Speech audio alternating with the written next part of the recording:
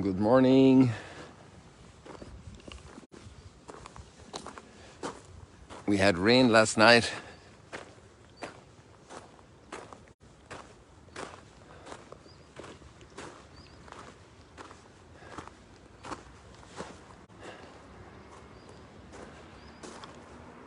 And a very cloudy sky this morning.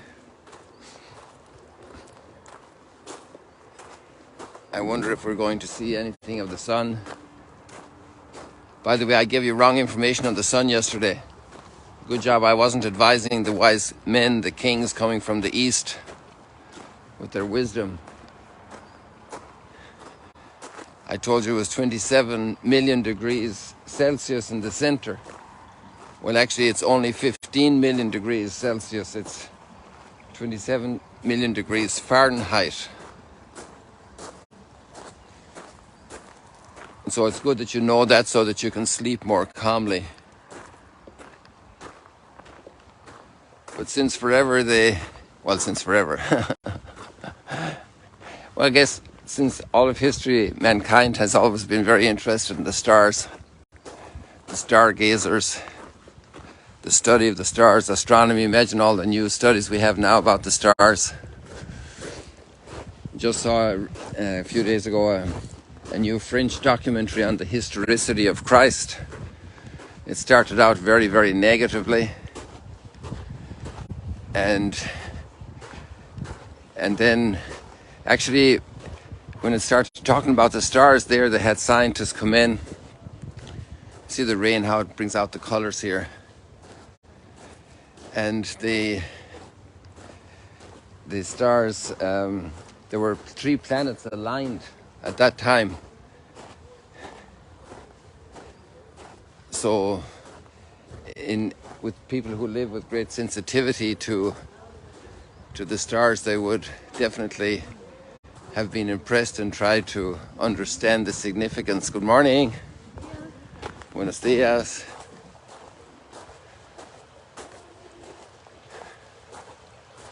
I just met some people. I thought they were Spanish, and I said good morning in Spanish to them, and then turned out they were Filipino. They're from a different group, and these ones are...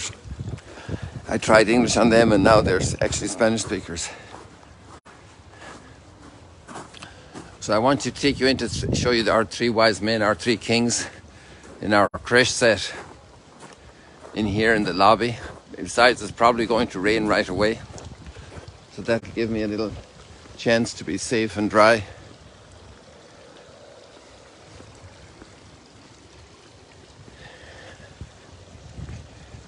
So we have this great event that we celebrate in Christmas time, and actually it's celebrated on different dates in the Western world.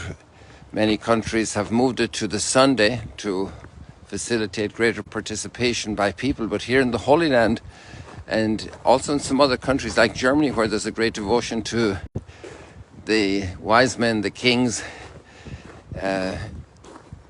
it's celebrated today. So I'm giving you the link for Sunday in the Bishops' Conference, the American Bishops' Conference link for the readings, because it's in the US, it's celebrated this Sunday. And that's just to clear up any little confusion about this. And so we're looking at this mystery. You know, the celebration of the mysteries is also a decision of the church community to a great degree. The fact that Jesus is celebrated at this time of the year has more to do with the winter solstice than a statement about that this was the actual date of his birth. That's not the point. The point is that the light, and it's part of today's feast as well, the light that appeared for the nations. The world was enveloped in darkness, and we had a big group of Koreans arrived yesterday. Some of them are here now in the lobby.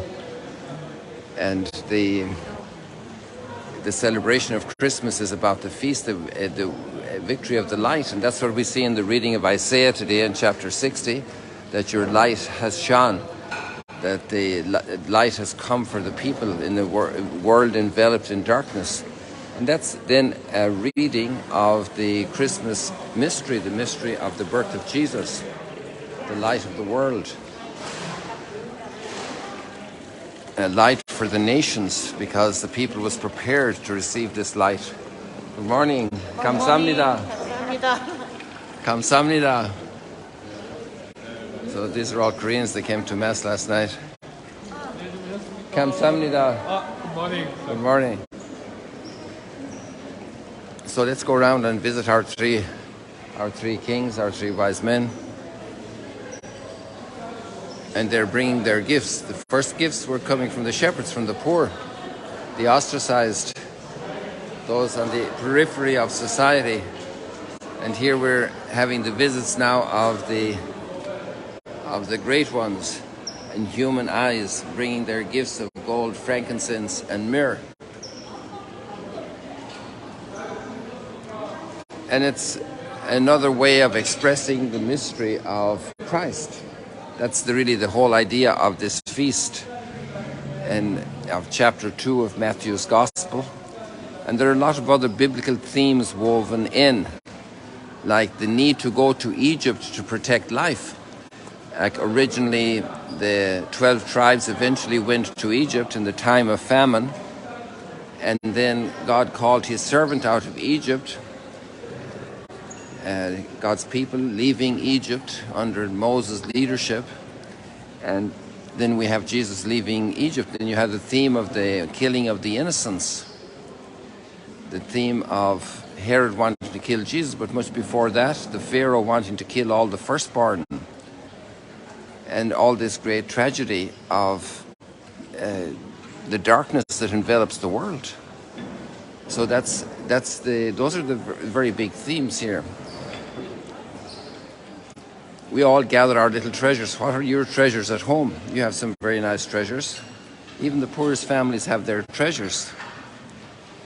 And here, these guys have their treasures. What are our treasures? What's in our little box? What's your treasure?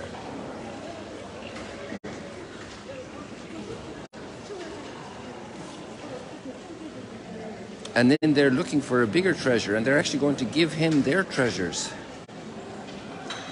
This great exchange of treasures, because love is way beyond the physical possessions. And the revelation of love.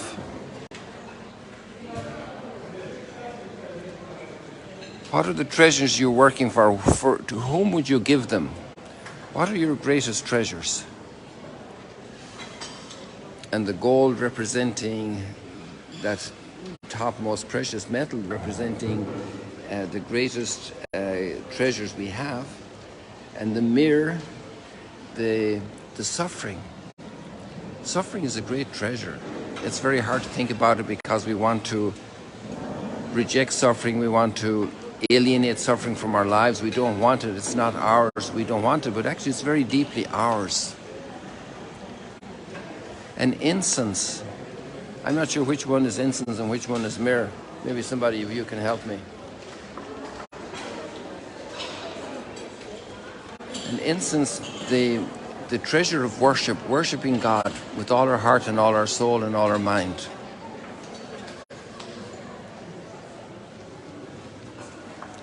What are the treasures we have? You know that people are forged through suffering.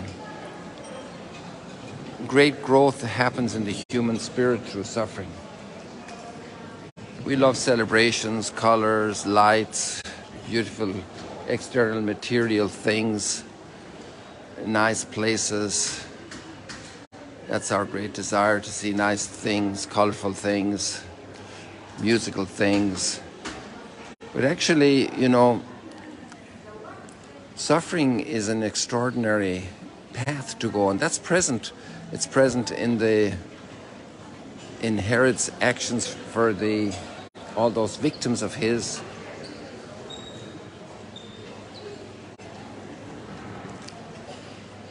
Its presence in the refugee status that Joseph and Mary must undertake with the child to go to protect his life. So many immigrants, so many refugees in our time, forced refugees.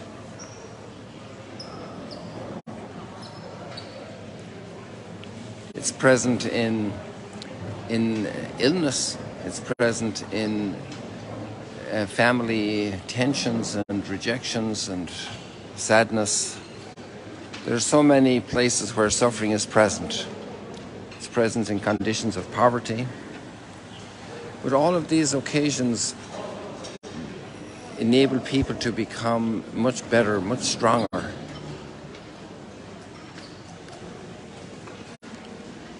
Because when we go through trials, our will is formed, our patience is formed, our kindness toward others and support, our solidarity is formed, our compassion is formed. So many dimensions of the human spirit grow in the midst of suffering.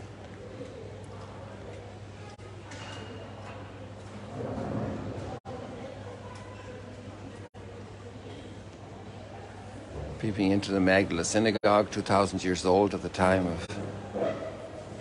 of the first century. So there we have one big theme I didn't mention was the theme of all the nations. And we did a little bit at the beginning, the light for the nations. This is the great theme as well of the kings coming from different countries, different cultures. How the others belong to us who are different. How we can't keep the treasures for ourselves. How sharing is so important.